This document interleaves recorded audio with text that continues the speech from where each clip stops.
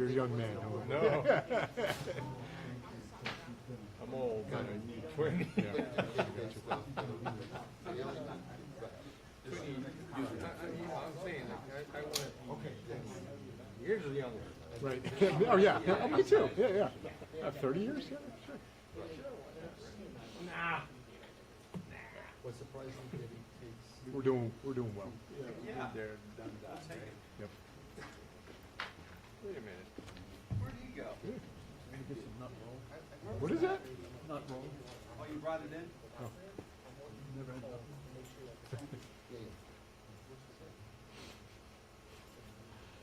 What is in that? There you go. Is it like baklava? No, nut roll. What is a nut roll? Oh, okay. Just yeah, like a cinnamon roll kind of thing. No, it's nuts. It's walnuts ground up. Okay. Nut. Okay. So, what's your nationality? Is it? Well, all my relatives are Italian that make it. Okay. So it might be Italian. Okay. But it could be, who knows? Cool. It's Western Pennsylvania, so it could be Slavic. Yeah. Oh, Slavic too, Looks good. Some of the stuff we do is Slavic and some Italian. Some's just Pittsburgh. What time's this supposed to start? 45. 10:45. Yeah. I guess I got We'll watch it, that's it. No, say no more. Right.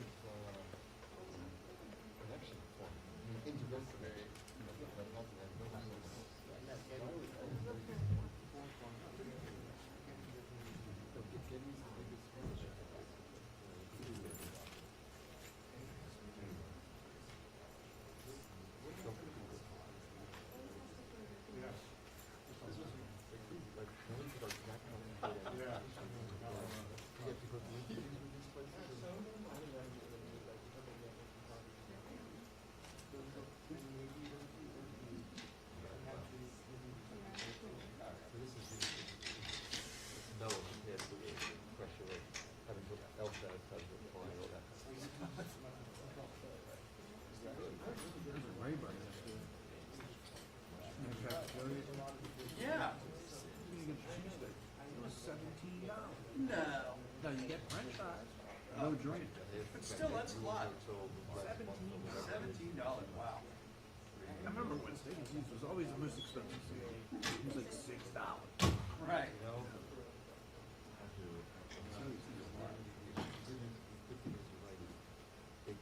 But the little takeout across from my office. Steak and cheese used to be $6.95. After COVID, it's like $12.99. Oh my God. So yeah, I guess. Rape them. Yeah. And you know the quality of the meat is less. Oh, of course. It definitely didn't go up. No.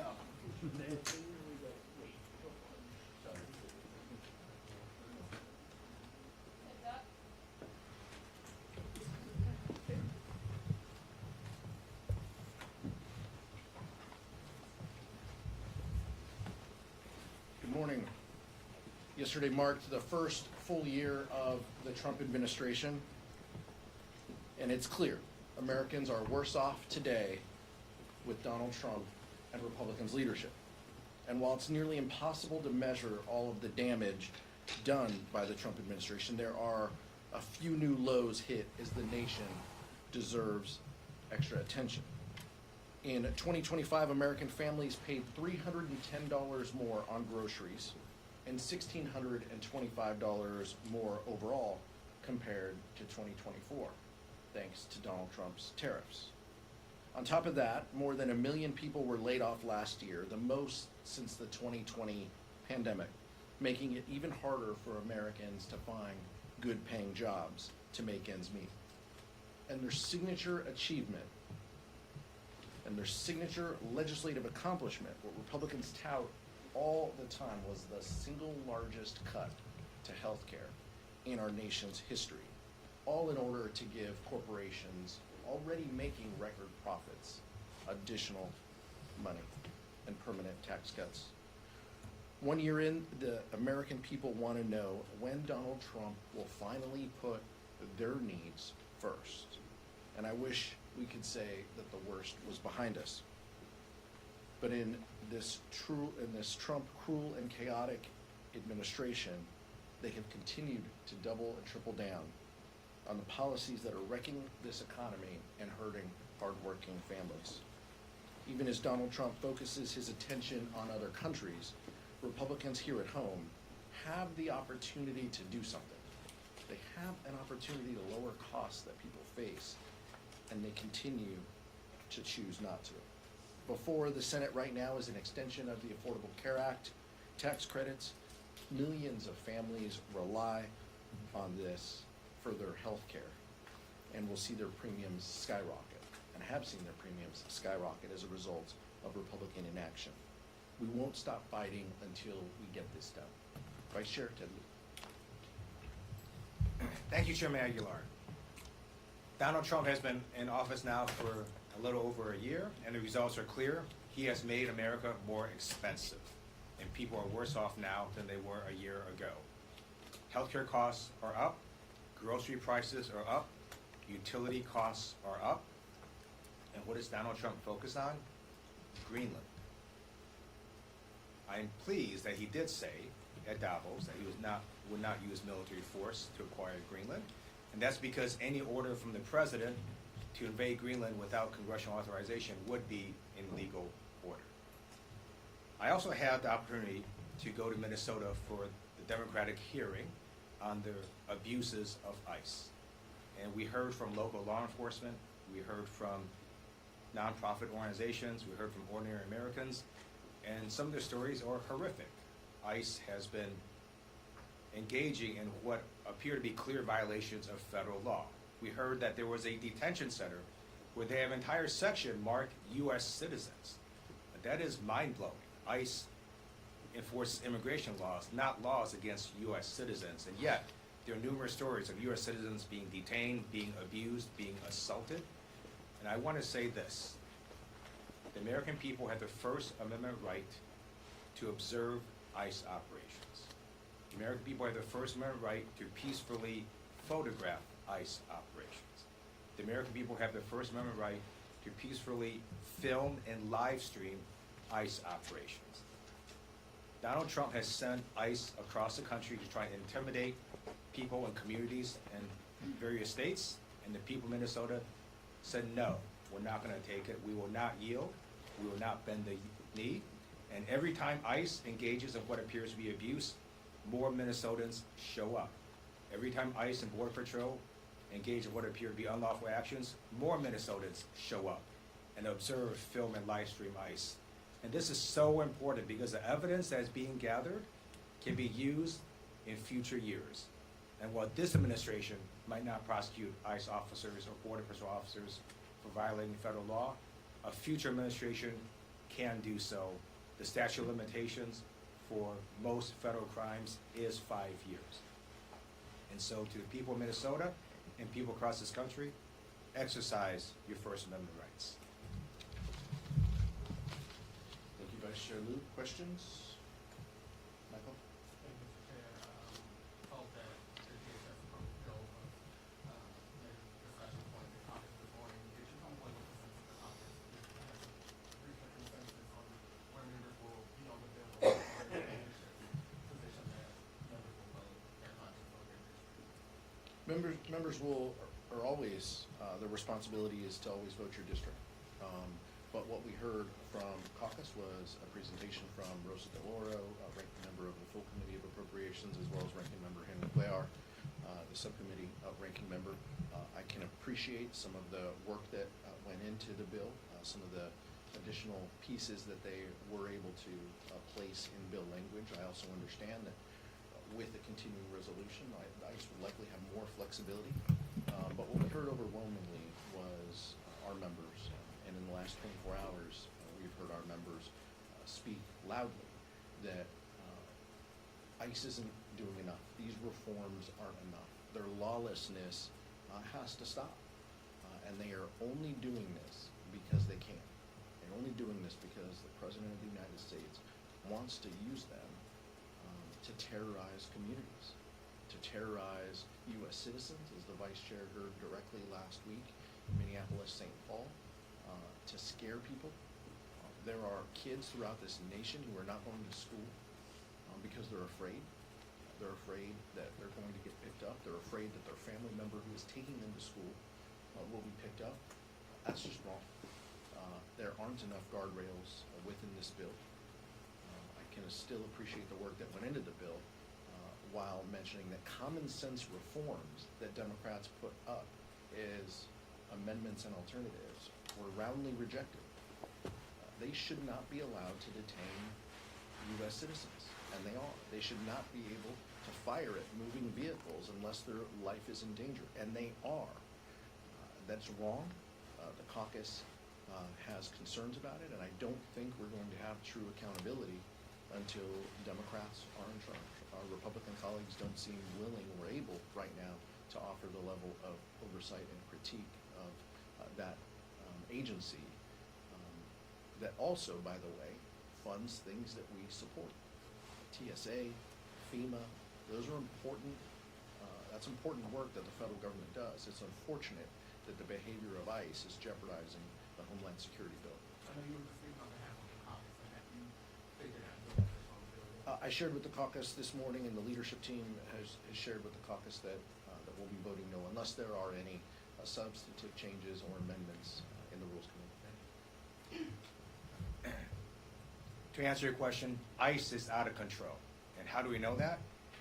We now have the extraordinary actions of local law enforcement holding press conferences and issuing statements and doing interviews criticizing ICE. So let me read you what Hennepin County Sheriff DeWanna Witt said.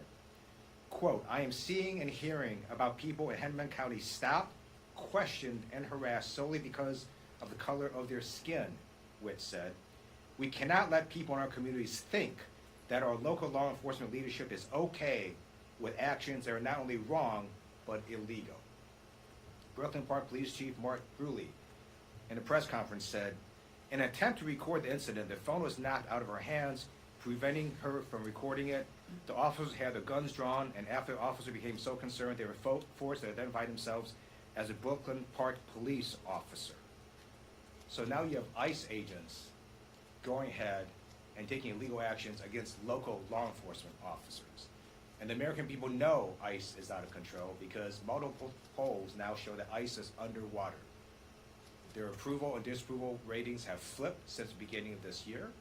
And so we ask ICE and the Department of Homeland Security, you need to follow the law. And if you don't want your officers to be put at more risk, they need to follow the law. Yeah, you mentioned Greenland, and the president studied European NATO allies and tariffs was kind of case between including Malcolm and Norway. Will this be an issue for Congress? I sure hope so. I don't know if it's going to be an issue within these bills.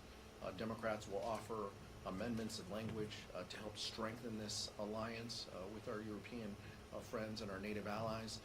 We'll see if Republicans are serious about pushing back against the Trump administration to accept this language. They have not accepted language specific to Greenland in the past.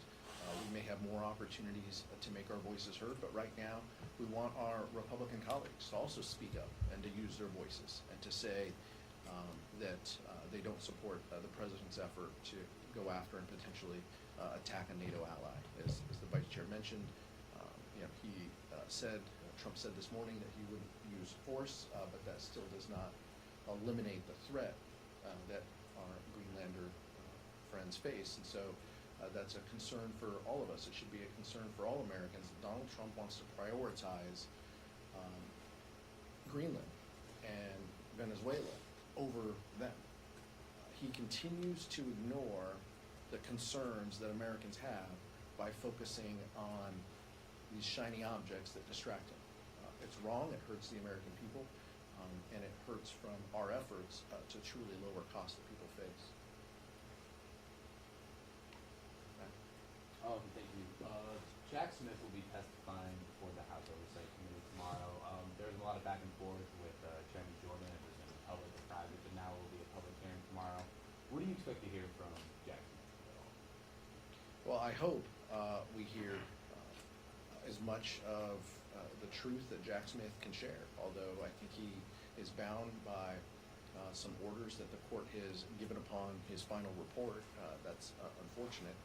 He should be allowed to share the full details, but to the extent that he can share information that hasn't been in the public realm, I think everybody should welcome that. It's a oversight hearing, and our responsibility to provide oversight, even though the president doesn't want it, is very real. And so I appreciate that the committee is doing this work, and there will be more oversight to come when Democrats control the gavels next year.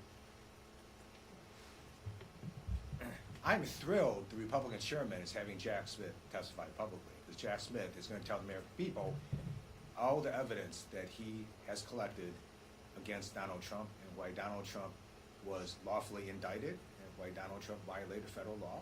And the American people are going to hear that, and I encourage everyone to watch. Thank you. Just to clarify on the DHS bill, you had said that you had told the caucus that leadership is going to be a no on it. Would you be whipping against it, or would you be letting members make their own decision? I'm sorry, I want to be more clear. I told the caucus that I was voting no. Other members of leadership also spoke and indicated that they were a no, unless there were substantive changes. I'm not the Democratic whip. Catherine Clark gets to decide that, but we shared our feelings with the caucus. I look forward to vote tomorrow, and if there are members who have questions, they know how to find Henry Cuellar and Rosa DeLauro. I would imagine that there'll be more conversations on the floor. But ultimately, I imagine that members will vote their districts, and they will judge the bill on the substance. Thankfully, to Rosa DeLauro's leadership, this is a bill that is kind of standalone, and you don't have to worry about it being part of defense or transportation housing or the labor health bill. This is truly on its own merits on an up or down vote, and we'll see where Democrats land. But our encouragement to our colleagues is that this bill doesn't do enough. Thank you, Mr. Chair. A recent CBS News poll found that voters say they trust Republicans more than Democrats on immigration by 10 points. Are you at all concerned that Democrats are making the wrong decision in opposing this DHS funding bill, especially when the Republican Party has the advantage on immigration in some of these polls? If we're judging on polls, then I think Republicans are going to feel the sting. I think Donald Trump's rating on immigration, you cited one poll, there's other polls that show him 10 points underwater on this topic, 20 points underwater on the economy. If we're judging by polls alone, then I think Republicans have a problem based on the last 366 days that we've been here. And Donald Trump's ratings and Republicans' support, the Republican rating on these topics continues to crater. So I think the American people are seeing this, and they're judging it, and they're saying we've had enough. And so I think that's a better question for the Republican conference as to whether they're going to change any of their behavior based on where the public is. I think you see the answer when 17 Republicans support our health care initiative on the floor. Republicans are pushing back against their own leadership because they know they continue to lose on this issue. Because they know they are underwater on health care with the American people. They are losing traction on immigration. They are losing traction. They're underwater on the economy, which was the strength of the president's election. All of these issues, the American people are feeling this. And by the way, the American people don't like, look at the poll, look at the crosstabs, they don't like what they're seeing out of ICE. Nobody objected to detaining and deporting violent criminals. We said as Democratic leaders that we supported policies to do that. This is not that. This is rounding up people, scaring people, terrorizing communities. That's what this is about, and that's what Donald Trump continues to do. And the American people will have an opportunity to exercise their First Amendment rights in their communities, and they will have an opportunity to push back against these Republican policies this November, if not sooner. The reason you're seeing the result you showed is very interesting. I'll get to why that is. What we do know is, as the chairman said, poll after poll shows that the Trump administration is underwater on immigration. We know that the president is underwater by 10 points on immigration according to a recent poll. Specific to ICE, 2 polls were released earlier this month. One had ICE at approval of only 37%, disapproval of 57%. CNN released a poll showing that 51% of American people believe ICE operations are making American cities less safe. Only 31% believe it's making American cities more safe. The reason you have the result you saw is because it turns out when you look at the crosstabs, Democrats are not as unified behind Democrats in terms of immigration. They actually want to see Democrats do far more on immigration. And that's why you're seeing those results, not because that the overwhelming majority of people don't see that ICE is out of control. And a recent poll that came out showed that 71% of American people, according to YouGov and The Economist, believe the country is out of control. And Donald Trump is at historic lows of only 37% approval. That's what the facts show. Eric, you talk about the appropriations process more broadly and the other mini busts. Do you feel like at the end of the day, those should be rebuffed? Or do you have any confidence that most folks will actually spend money in advance of research? Well, this is now law. I mean, before they could point to those were Biden-era bills. We're not bound by those. This is now law that will be signed by the President of the United States, presumably, and Republican Senate and House, and adding language that restricts OMB, that offers more guardrails so OMB reports to Congress the actual spend levels that they're undertaking, that they aren't setting a path for a reduction in NIH grants, as you mentioned, by playing gimmicks with a multi-year funding. Those pieces will all now be, law. And so I give credit to Rosa DeLauro. If the administration wants to continue to be lawless, if Russ Vogt wants to continue to not follow the law, there isn't language we could carve to require him to do that. What we are doing is working in a bipartisan way to find consensus and to add language that asserts our ability to govern spending here. But I can't help but also say, this is exactly where Democrats told Tom Cole and our Republican colleagues we would end up. 7 months ago, in those appropriations meetings, we said, these bills, this language, these funding levels, they aren't going to fly. Work with us. Let's find a bipartisan solution. And 7 months later, we're here. I wish that we would have used our time more effectively rather than partisan riders that Republicans carried forward in appropriations, but now we have, in most cases, workable bills.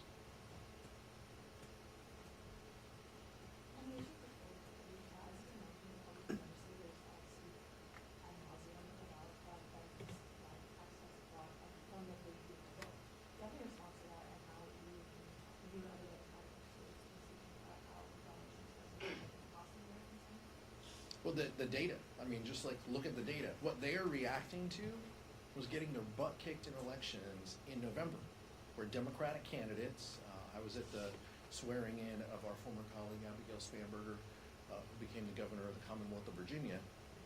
Democratic candidates around the country, not just New Jersey and Virginia, but in the South, in Georgia, in Mississippi, had electoral success because they were talking about real issues. They were talking about affordability. They were talking about making life easier for people. And Republicans see that.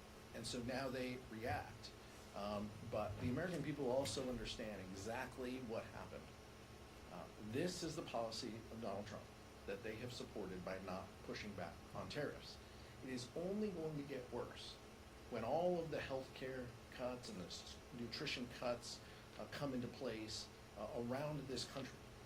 It is going to be hurtful to the American public.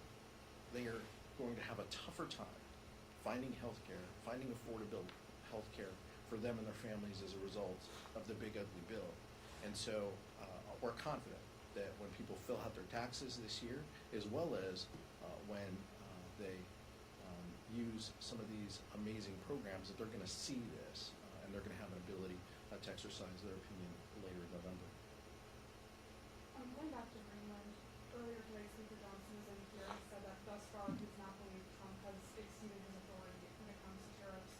If he does impose tariffs against NATO allies, is there anything the minority can do in either chamber to reel in the executive branch, as Speaker Johnson said he doesn't feel the need to?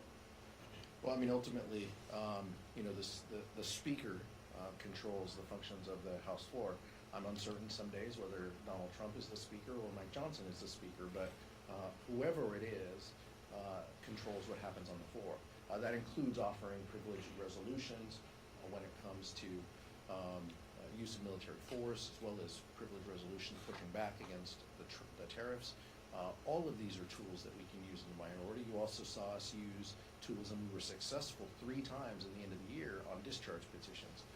So those are the limited tools that the minority has. We look forward to working in a bipartisan way, as we have been, and as our track record shows, to push back for the American people and to get wins where we can, if it helps lower costs and make people's lives better. The Joint Economic Committee said that 96% of tariffs costs are passed on to the American consumer. So this is how ludicrous Donald Trump's idea is. He's saying, if I don't get my way on Greenland, I'm going to punish American people even more. And how dumb is that, right? By enacting even more tariffs, he's just going to hurt the American consumer even more. So we're asking the president, focus on America, not on Venezuela or Greenland, and to focus on reducing costs to Americans instead of jacking them up. Thank you.